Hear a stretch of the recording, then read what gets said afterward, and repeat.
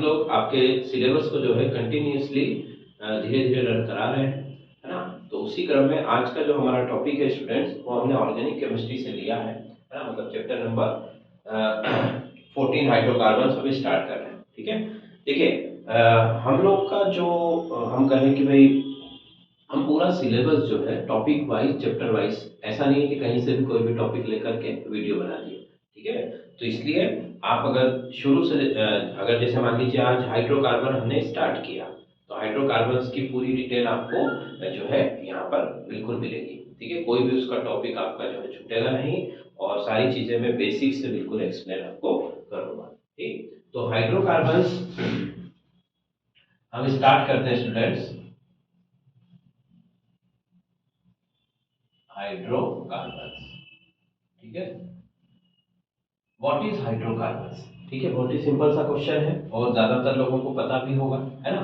तो हम इसमें ये कह सकते हैं कि भाई इसमें दो ही चीजें होती हैं, हाइड्रोजन होता है एक तो, और एक जो होता है वो कार्बन। ठीक, हाइड्रोजन और कार्बन जो है वो यहाँ पर होते हैं। अच्छा, इसमें वैसे स्मॉल अमाउंट में ऑक्सीजन नाइट्रोजन सल्फर भी होते हैं, बट वो हम उसको काउंट नहीं करते। मेन जो इसमें जो परसेंटेज है, जैसे हम कहें कि भाई हाइड्रोजन और कार्बन जो हाइड्रोकार्बन्स होते हैं, उनमें हाइड्रोजन और कार्बन ही मेन जो है उनके कॉन्स्टिट्यूएंट्स होते हैं। ठीक, तो compounds compounds which made up of only hydrogen and carbon, ठीक, are called hydrocarbons।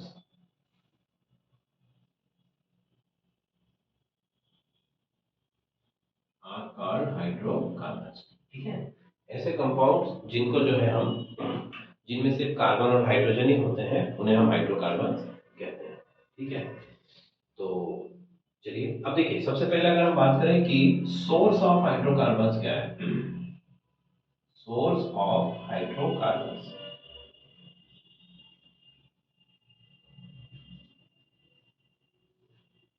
Source of hydrocarbons, ठीक है, हाइड्रोकार्बन्स के सोर्स क्या है, हाइड्रोकार्बन्स हमें नेचर में कहां से मिलता है। तो देखिए, हाइड्रोकार्बन्स का जो बेसिक सोर्स है हमारे पास में वो है पेट्रोलियम, और दूसरे नंबर पर आता है हमारा कोल। ठीक है, कोल और पेट्रोलियम जो है हमारे हाइड्रोकार्बन का सोर्स है, यहां से हमें सारा हाइड्रोकार्बन हमारा मिलता है। ठीक है, तो देखिए पेट्रोलियम तो हम सभी जानते हैं कि पेट्रोलियम जो है, पेट्रोलियम प्रोडक्ट सारे से हम रिफाइन करते हैं, चाहे वो पेट्रोल हो, डीजल हो, केरोसिन हो, है ना, पैराफिन वैक्स हो, ये सारी चीजें जो है हम पेट्रोलियम से प्यूरिफाई करके, मतलब रिफाइन करके निकालते हैं। ठीक, दूसरा होता है हमारा कोल, है ना, जनरली से हम कोयला ही बोलते हैं, ये भी जो है माइंस से निकाला जाता है। ठीक है, तो हम कहें कि भाई पेट्रोलियम जो है, इसमें एलिफेटिक हाइड्रोकार्बन्स होते हैं, एलिफेटिक हाइड्रोकार्बन्स। ठीक है, और कोल जो है, कोयला जो है, इसमें जो है वो एरोमेटिक हाइड्रोकार्बन्स होते हैं, एरोमेटिक हाइड्रोकार्बन्स। ठीक, ये दो चीजें इनसे मिलती हैं, दोनों ही हाइड्रोकार्बन है, एक एलिफेटिक और दूसरा क्या है, एरोमेटिक।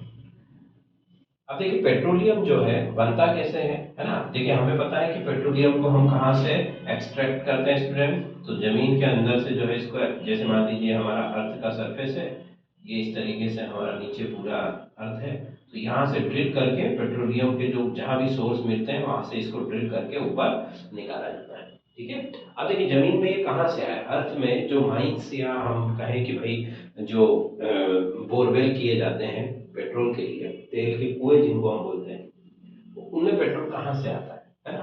तो पेट्रोलियम एक हाइड्रोकार्बन है ना, जो कई तरह के एनिमल्स और प्लांट्स, जिसमें सी एनिमल्स वगैरह भी सब शामिल है, उनके डिकम्पोजिशन से जो है बनता है। ठीक है, हमने 9th 10th की क्लास में पढ़ा होगा कि भाई सपोज मान लीजिए कोई जंगल है ना, या सी एनिमल्स या ऐसा कुछ पूरा एक इकोसिस्टम है, और कहीं कोई भूकंप आया, है ना, वो सब अंदर जो है दब गए, और फिर हाई प्रेशर टेम्परेचर की वजह से कई सालों में, मतलब लाखों सालों में जो है वो किस में कन्वर्ट हुए हैं, कोल में या फिर पेट्रोलियम में कन्वर्ट हुए हैं। ठीक है, तो ये बहुत ही लंबा प्रोसेस है, इसीलिए हमें पता है कि पेट्रोलियम और कोल जो है वो रिन्यूएबल सोर्स नहीं है ना। अगर वो एक बार खत्म हो गए तो हम उन्हें दोबारा नहीं बना पाएंगे। ठीक है, मतलब हमारी लाइफ साइकिल में तो बना ही नहीं पाएंगे, क्योंकि इन्हें फिर से बनने में लाखों साल का समय लगेगा। तो इसीलिए और देखिए, अभी दुनिया में हम कहें कि भाई ज्यादा से ज्यादा 50 साल के अंदर जो है आने वाले पेट्रोलियम और कोल का जो स्कोप है वो खत्म हो जाने वाला है। हालांकि तब तक कई सारी नई टेक्नोलॉजी डेवलप हो रही है ना। बेसिकली इलेक्ट्रिसिटी की ओर जा रहे हैं अब सब लोग, तो इलेक्ट्रिक कार वगैरह है ना, ये सारी चीजें बन रही है धीरे धीरे, बाइक्स वगैरह सब बन रही है। फिर इलेक्ट्रिसिटी को प्रोड्यूस करने के लिए भी अभी तो हम कोल का ही यूज करते हैं, है ना। भाई हमारे जो थर्मल पावर प्लांट हैं ज्यादातर, वहां पर सब क्या यूज होता है, कोयले को जलाते हैं, पानी को गर्म करके उबालते हैं, स्टीम बनाते हैं, स्टीम से टरबाइन घुमा करके बिजली बनाई जा रही है। ठीक, इन फ्यूचर जो है फ्यूजन रिएक्टर का भी कंस्ट्रक्शन जो है फ्रांस के अंदर शुरू हो गया है, जिसमें जो है हाइड्रोजन के एटम्स को फ्यूज करके हीलियम बनाया जाएगा और वहां से लॉट ऑफ अमाउंट में एनर्जी को जो है रिलीज किया जाए। तो ये सब ऑप्शंस धीरे धीरे हम बना रहे हैं। क्यों? क्योंकि पेट्रोलियम जो है और कोल जो है वो लिमिटेड है। चलो ठीक है, ये तो कुछ इधर उधर की बातें हमने हो गई। अब वापस हमारे इस टॉपिक पर आते हैं। तो पेट्रोलियम और कोल दो सोर्स है हमारे, है ना। और इन्हीं से हमें हमारा हाइड्रोकार्बन मिलता है। ठीक है स्टूडेंट्स, अब देखिए मैं अगर आगे बात करूं क्लासिफिकेशन की, ठीक है, तो हाइड्रोकार्बन्स का जो क्लासिफिकेशन है वो हम पढ़ चुके हैं पहले ही। इससे पहले भी हमने जीओसी में से चैप्टर हमारा बेसिक टेक्निक्स एंड प्रिंसिपल निकाल के लाए थे, तो वहां से जो है हम हाइड्रोकार्बन्स को अच्छे से स्टडी कर चुके हैं क्लासिफिकेशन को, है ना। बट फिर भी जैसे अगर मैं आपको बताना चाहूँ तो उनके पॉइंट्स बता देता हूँ। Classification classification of hydrocarbon, classification of hydrocarbon. ठीक है, हाइड्रोकार्बन का क्लासिफिकेशन।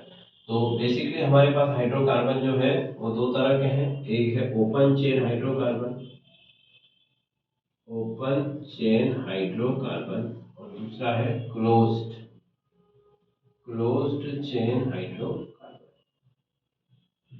ओपन चेन हाइड्रोकार्बन और दूसरा है क्लोज्ड चेन हाइड्रोकार्बन। ठीक, ओपन चेन हाइड्रोकार्बन में हम लोगों ने पढ़ा था कि सेचुरेटेड होता है, सेचुरेटेड हाइड्रोकार्बन, और यहाँ होता है अनसेचुरेटेड हाइड्रोकार्बन। ठीक, saturated hydrocarbon and unsaturated hydrocarbon. Saturated में हमारे पास में था स्टूडेंट्स एल्केन, ठीक, और अनसेचुरेटेड हाइड्रोकार्बन में जो था हमारे पास दो थे, एल्कीन और एल्काइन, एल्कीन एंड एल्काइन। ठीक, क्लोज्ड चेन में जो है हमारे पास में एरोमेटिक और एसाइक्लिक वगैरह थे, है ना। फिर benzenoid, non benzenoid, anti aromatic, ये सारी चीजें थी, उनको हमें पढ़ने की जरूरत नहीं है क्योंकि आज हम ये पढ़ने वाले हैं। ठीक है, और क्लासिफिकेशन पूरा डिटेल में मैं ऑलरेडी आपको वीडियो बना चुका हूँ। ठीक है, अगर आप देखना चाहते हैं तो आप बिल्कुल क्लिक करके उसको देख सकते हैं। ठीक है, तो बेसिकली क्लासिफिकेशन हम पढ़ चुके हैं, इंट्रोडक्शन इसका मैंने आपको बता दिया है ना।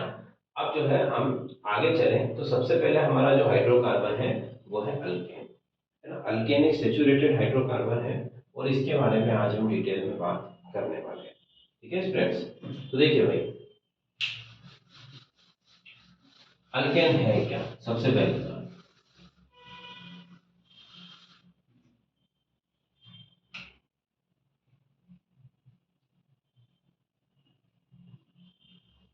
ठीक है, अल्केन जो है, अगर पहला पॉइंट मैं इसके बारे में लिखना चाहूं तो वो है saturated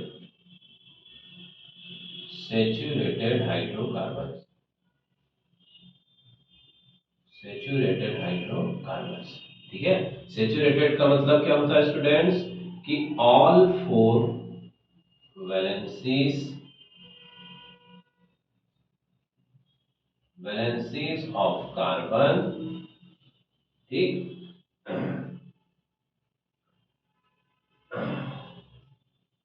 attached bye 4 hydrogen atom. ठीक, क्योंकि अब यहाँ हम हाइड्रोकार्बन की बात कर रहे हैं, इसलिए कार्बन से जो अटैच होने वाले एलिमेंट्स हैं वो हाइड्रोजन ही होगा, है ना। तो हम ये कह रहे हैं कि सेचुरेटेड हम किसे कहते हैं कि ऐसे कार्बन में, ऐसे कंपाउंड्स में कार्बन की जो चारों वैलेंसी है, ठीक है, कार्बन की जो चारों वैलेंसी है वो सेटिस्फाई है। किससे सेटिस्फाई है स्टूडेंट्स? वो सेटिस्फाई है हाइड्रोजन से। ठीक है, कार्बन की चारों वैलेंसी सेटिस्फाई है, चार बॉन्ड उसने बना रखे हैं, मतलब अब कोई अलग से कोई बॉन्ड यहाँ नहीं बन सकता, क्योंकि कार्बन की वैलेंसी तो चार ही होती है, वो मैक्सिमम चार एटम को ही अपने साथ अटैच कर सकता है। लास्ट ऑर्बिट में उसके चार इलेक्ट्रॉन होते हैं, इस वजह से चार हाइड्रोजन को ऑलरेडी मैक्सिमम कैपेसिटी में काम कर रहा है, इसीलिए अब कोई वो नया बॉन्ड नहीं बना सकता। नया बॉन्ड नहीं बना सकता है, से मतलब है कि वो ज्यादातर जो है सेचुरेटेड कंडीशन में है, मतलब किसी से कोई रिएक्शन वो नहीं करता है। ठीक है, इसी स्टेट को कहा जाता है सेचुरेशन या सेचुरेटेड हाइड्रोकार्बन। तो पहली बात कि जो एल्केन है वो सेचुरेटेड है। दूसरी बात कि all four valencies of carbon attached by four hydrogen atom, चारों वैलेंसी उसकी अटैच्ड है। ठीक, तीसरे नंबर पर आते हैं। अगली बात हम एल्केन्स के बारे में क्या कह सकते हैं कि यहाँ पर कार्बन कार्बन में क्या होता है, सिंगल बॉन्ड होता है, सिंगल बॉन्ड। ठीक, देखो दो दो तरह की चीजें हो सकती है, हमने अभी कहा ना कि कार्बन के चार बॉन्ड बनेंगे और चारों बॉन्ड सिंगल होंगे। अब अगर वो चारों हाइड्रोजन हो, अगर मान लो सपोज, तो वो मीथेन बनेगा। अगर एक हाइड्रोजन को हटा करके मैं फिर से एक कार्बन लगा करके तीन और हाइड्रोजन अटैच कर लूं, तो ये एक दो कार्बन वाला हाइड्रोकार्बन बन जाएगा। तो इसमें भी ये कंपलसरी है कि कार्बन कार्बन का जो बॉन्ड है वो क्या होना चाहिए, सिंगल बॉन्ड होना चाहिए। तो कार्बन कार्बन बॉन्ड अगर सिंगल है, ठीक है, तो भी हम उसे क्या कहेंगे, सेचुरेटेड। ठीक है, सारे सिंगल होने चाहिए। सपोज मान लीजिए कि एक दो तीन चार पाँच छः, ठीक है, तो अब अगर मैंने आपसे कहा कि यहाँ पे डबल बॉन्ड लगा दिया, बाकी सारे बॉन्ड सिंगल है, तो ये अनसेचुरेटेड कंपाउंड हो गया। एक भी अगर डबल बॉन्ड या ट्रिपल बॉन्ड चेन में प्रेजेंट है तो that is called unsaturated hydrocarbon. ठीक है, वहां पर जो है अनसेचुरेटेड हाइड्रोकार्बन की तरह वो काम करेगा। क्यों? उसका रीजन क्या है स्टूडेंट्स? क्योंकि ये डबल बॉन्ड टूटेगा, इन कार्बन्स की वैलेंसी फ्री होगी। ठीक है, उसके बाद फिर वो सेचुरेटेड हो जाएगा। ऐसा नहीं है कि भाई चार तो सिंगल बॉन्ड है इसलिए हम इसे सेचुरेटेड कहते हैं, नहीं, एक भी अगर डबल बॉन्ड उसमें प्रेजेंट है तो दैट इज कॉल्ड अनसेचुरेटेड। तो सबके सब बॉन्ड कार्बन जितने भी प्रेजेंट है उन सबके बीच में कैसा बॉन्ड होना चाहिए, सिंगल।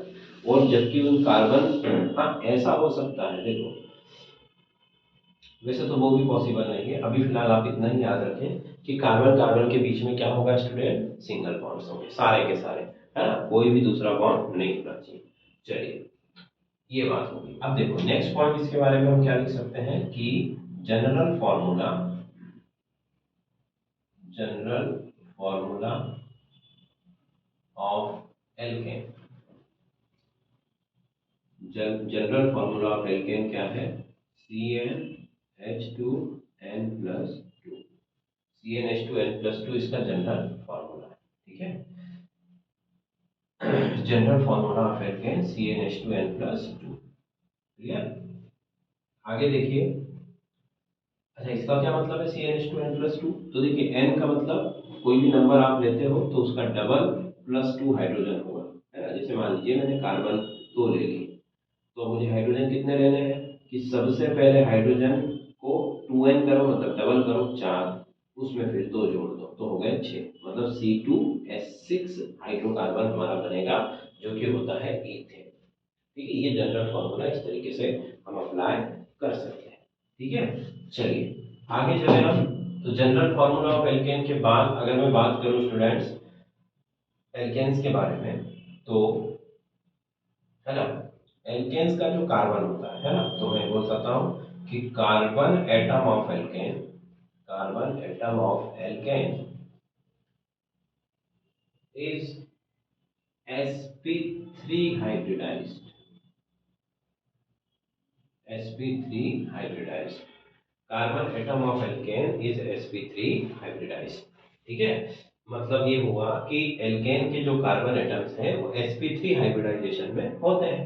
sp3 हाइब्रिडाइजेशन का मतलब हमें पता है स्टूडेंट्स कि जब किसी एलिमेंट का एक s और 3 p ऑर्बिटल हाइब्रिड हो जाए, मतलब हाइब्रिडाइजेशन में पार्टिसिपेट कर लें, तो उसको हम sp3 हाइब्रिडाइजेशन बोलते हैं। उसको पहचानने का क्या तरीका बताया था मैंने, याद करिए हाइब्रिडाइजेशन के टॉपिक में हमने पढ़ा था कि अगर कार्बन के सारे बॉन्ड सिंगल हो तो हम उसे बिना कोई डाउट के बोल सकते हैं कि वो कौन सी स्टेट में है, sp3 हाइब्रिड स्टेट में। ठीक है, अब देखो हाइब्रिडाइजेशन में हम ज्यादा नहीं जाएंगे, नहीं तो अननेसेसरी जो है हमारा टॉपिक डाइवर्ट हो जाएगा। ठीक है, तो एल्केन का जो कार्बन है वो कैसा होता है स्टूडेंट, sp3 होता है। sp3 का मतलब कि उसके सारे के सारे बॉन्ड कैसे होते हैं, सिंगल होते हैं। ठीक, अब देखो sp3, अच्छा चलो ठीक है, मैं थोड़ा सा इसको बता ही देता हूँ क्योंकि आगे भी फिर मुझे उसके कैरेक्टर बताने ही है कि भाई sp3 हाइब्रिडाइजेशन है ना, फिर उसका बॉन्ड एंगल है, उसका स्ट्रक्चर है, तो वो सब हाइब्रिडाइजेशन से लिंक करेगा। तो देखिए सपोज मान लीजिए ये कार्बन है स्टूडेंट्स, कार्बन का एटॉमिक नंबर है 6। अगर मैं इसका कॉन्फ़िगरेशन लिखूं तो मैं लिखूंगा 1s2, ठीक है, फिर लिखूंगा 2s2, फिर लिखूंगा 3p, सॉरी 2p, 2p कितने हो गए, दो दो चार दो छः, 2p2। ये कार्बन का बेसिक एक कॉन्फ़िगरेशन है। अब आप इसमें देखिए लास्ट ऑर्बिट ये रहा 2s और 2p, है ना, तो इसको बना करके देखो जरा, तो s में हो गए 2 इलेक्ट्रॉन और p में भी हो गए 2 इलेक्ट्रॉन। तो अब आप ध्यान से देख रहे हैं कि भाई कार्बन की जो ग्राउंड स्टेट है ना, ग्राउंड स्टेट, इसमें तो केवल 2 ही इलेक्ट्रॉन जो है वो अनपेयर है। कार्बन की ही ग्राउंड स्टेट में कितने इलेक्ट्रॉन अनपेयर है, मात्र 2 इलेक्ट्रॉन अनपेयर है। मतलब इसकी जो वैलेंसी है वो कितनी होनी चाहिए थी, 2, बट कार्बन कितने बॉन्ड बनाता है, 4। ठीक, मतलब क्या हुआ, तो मतलब इसमें एक एक्साइटेड स्टेट होगी जिसमें कि एक इलेक्ट्रॉन यहाँ से जंप करके यहाँ शिफ्ट हो जाएगा। मतलब अब s में जो है 2s में 1 रहने वाला है और 2p में जो है वो है 2p में जो है वो स्टूडेंट्स वो 3 हो जाएंगे, 1 2 3 1। ठीक है, 2p में 2 हो गए और उसमें 1 हो गए। क्लियर, चलिए अब आगे देखिए। अब क्या हुआ, अभी भी प्रॉब्लम है ना। अब देखो जरा ध्यान से कि कार्बन के आपने कहा कि भाई 4 इलेक्ट्रॉन तो अनपेयर हो गए, मतलब कि इसकी वैलेंसी तो 4 हो गई, बट अभी भी प्रॉब्लम क्या है स्टूडेंट कि 3 इलेक्ट्रॉन एक ही ऑर्बिटल के हैं, मतलब एक ही सबशेल के हैं, और एक इलेक्ट्रॉन अलग सबशेल का है। मतलब एक जो है वो s का है और 3 जो है वो कहाँ के हैं, p के हैं। तो अगर कार्बन ने इस कार्बन ने 4 बॉन्ड बनाए तो क्या होगा कि 3 बॉन्ड तो सेम बॉन्ड लेंथ के होंगे और चौथा बॉन्ड जो है वो डिफरेंट बॉन्ड लेंथ का होगा, है ना, या होना चाहिए था, ऐसा होना चाहिए था कि अगर कार्बन इस कॉन्फ़िगरेशन को लेकर किसी के साथ बॉन्ड बनाता है तो 3 बॉन्ड एक जैसे होने थे और एक बॉन्ड डिफरेंट होना था। क्यों, क्योंकि 3 इलेक्ट्रॉन जो है वो p के हैं जिनका एनर्जी सेम है, और एक इलेक्ट्रॉन जो है वो s का है जिसका एनर्जी क्या है, डिफरेंट है। क्लियर, बट ऐसा नहीं होता। एक्सपेरिमेंटली ये मेजर किया गया है कि कार्बन के चारों बॉन्ड की जो बॉन्ड लेंथ है वो क्या है, सेम होती है, सबकी बॉन्ड लेंथ सेम है। फिर ऐसा कैसे हुआ भाई, क्योंकि एक इलेक्ट्रॉन तो s का था और 3 इलेक्ट्रॉन p के थे, तो डिफरेंट होना चाहिए था, it should be quite different, but ऐसा नहीं है। तो फिर कैसा है कि चारों बॉन्ड सेम बन रहे हैं। तो क्यों बन रहे हैं ऐसा, तो फिर लोगों ने दिमाग लगाया और कहा कि भाई यहाँ पर हाइब्रिडाइजेशन हो रहा है। क्या हो रहा है, हाइब्रिडाइजेशन। तो बेसिकली जो हाइब्रिडाइजेशन है वो एक हाइपोथेटिकल फिनोमिना है। इसमें क्या हो रहा है कि इनके हिसाब से, हाइपोथेसिस के हिसाब से, कि ये जो चारों ऑर्बिटल है ये आपस में मिक्स हो गए, ठीक, और मिक्स होने के बाद 4 नए ऑर्बिटल बनाए इन्होंने, अपनी एनर्जी को इन्होंने डिस्ट्रीब्यूट कर लिया आपस में, तो जिसके पास ज्यादा थी उसने उसको दे दी जिसके पास कम थी। अब 4 सेम एनर्जी लेवल के इन्होंने 4 ऑर्बिटल बना ली, ऐसे करके। ठीक है, अब चारों में एक एक इलेक्ट्रॉन है और चारों का एनर्जी क्या है, सेम है। मतलब यहाँ पर हाइब्रिडाइजेशन कौन सा हुआ, sp3, क्योंकि एक s था और 3 p थे, तो sp3 हाइब्रिडाइजेशन। तो बेसिकली हाइब्रिडाइजेशन जो है वो एक ऐसा फिनोमिना है जिसमें कि ऑर्बिटल्स की एनर्जी को क्या किया जाता है, मेंटेन किया जाता है। ठीक है, हाँ, नियरली जो इक्वल ऑर्बिटल्स हैं उनकी एनर्जी को मेंटेन करके इक्वल कर दिया जाता है और फिर इक्वल बॉन्ड लेंथ के बॉन्ड बन जाते हैं। ठीक, इस तरीके से हाइब्रिडाइजेशन होता है। अब देखो हाइब्रिडाइजेशन में हमने पूरा टेबल बना रखे हैं 2-3, है ना, उसको आपको पढ़ना होगा। उसमें हमने साफ साफ लिखा हुआ है कि जो sp3 हाइब्रिडाइजेशन जब होता है तो मॉलिक्यूल का जो ज्योमेट्री है वो कैसा हो जाता है, टेट्राहेड्रल हो जाता है। ठीक है, तो यहाँ से आपको ये चीज ध्यान में रखनी है। तो एल्केन के बारे में मैं अगली बात क्या लिख सकता हूँ कि यहाँ पर स्ट्रक्चर कौन सा मिलेगा आपको देखने को स्टूडेंट्स, टेट्राहेड्रल स्ट्रक्चर यहाँ पर देखने को मिलेगा। ठीक, क्यों, क्योंकि इसमें sp3 हाइब्रिडाइजेशन होता है और जिसमें भी sp3 हाइब्रिडाइजेशन होता है उसका स्ट्रक्चर क्या हो जाता है, टेट्राहेड्रल हो जाता है। क्लियर, तो आगे चले। फिर दूसरी बात कि बॉन्ड एंगल जो है ना, अब क्योंकि टेट्राहेड्रल है तो बॉन्ड एंगल कितना होगा, 109.28। ठीक है, तो देखिए मैं लिखता हूं बॉन्ड एंगल, बॉन्ड एंगल किसका बॉन्ड एंगल, तो बॉन्ड एंगल बनेगा हाइड्रोजन कार्बन और हाइड्रोजन, इनका जो बॉन्ड एंगल है स्टूडेंट्स वो है 109.28 डिग्री, है ना, मतलब 109 डिग्री 28 मिनट का बॉन्ड एंगल जो है यहाँ पर होता है sp3 हाइब्रिडाइजेशन। ठीक है, अच्छा फिर अगली बात मैं कहूँ कि भाई बॉन्ड लेंथ क्या होगी, तो बॉन्ड लेंथ अलग अलग होती है यहाँ पर, क्योंकि भाई देखो अगर लेंथ की बात करें तो अगर देखिए CH4 जैसा कोई छोटा सा मॉलिक्यूल है तो इसमें सिर्फ कार्बन और हाइड्रोजन के बॉन्ड ही बन रहे हैं, है ना, तो कार्बन और हाइड्रोजन की जो बॉन्ड लेंथ होती है वो होती है लगभग 112 पिकोमीटर। ठीक, और अगर मान लीजिए एल्केन्स ने लंबी चेन बनाई तो कार्बन और कार्बन भी आपस में अटैच होंगे, है ना, तो कार्बन और कार्बन के बीच की जो बॉन्ड लेंथ है वो है लगभग 154 पिकोमीटर। क्लियर, ठीक है स्टूडेंट्स, तो ये हो गया बॉन्ड एंगल और ये हो गया बॉन्ड लेंथ। बॉन्ड लेंथ दो अलग अलग मैंने आपको बता दी कि हाइड्रोजन और कार्बन के बीच में अगर बॉन्ड बनेगा तो 112 पिकोमीटर और कार्बन और कार्बन के बीच में बनेगा तो 154 पिकोमीटर। क्लियर, चलिए ये इतनी सारी बातें आपको एल्केन के बारे में ध्यान रखनी है। अच्छा एक और चीज कि जो एल्केन है उसको हम पैराफीन भी बोलते हैं, है ना, पैराफीन, एल्केन का एक नाम पैराफीन भी है। ठीक, पैराफीन का मतलब होता है लेस रिएक्टिव, है ना, चलो हम इसको मिटा देते हैं जल्दी से, आप इसको नोट कर लीजिए।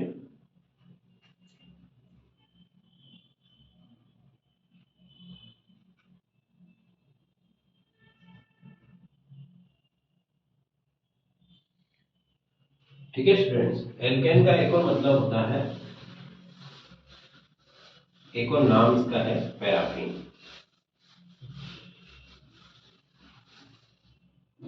ठीक है, तो अगला पॉइंट हम लिख सकते हैं कि alkane is also known as paraffin. ठीक है भाई, इसको पैराफीन भी कहा जाता है। पैराफीन का मतलब होता है लेस रिएक्टिव।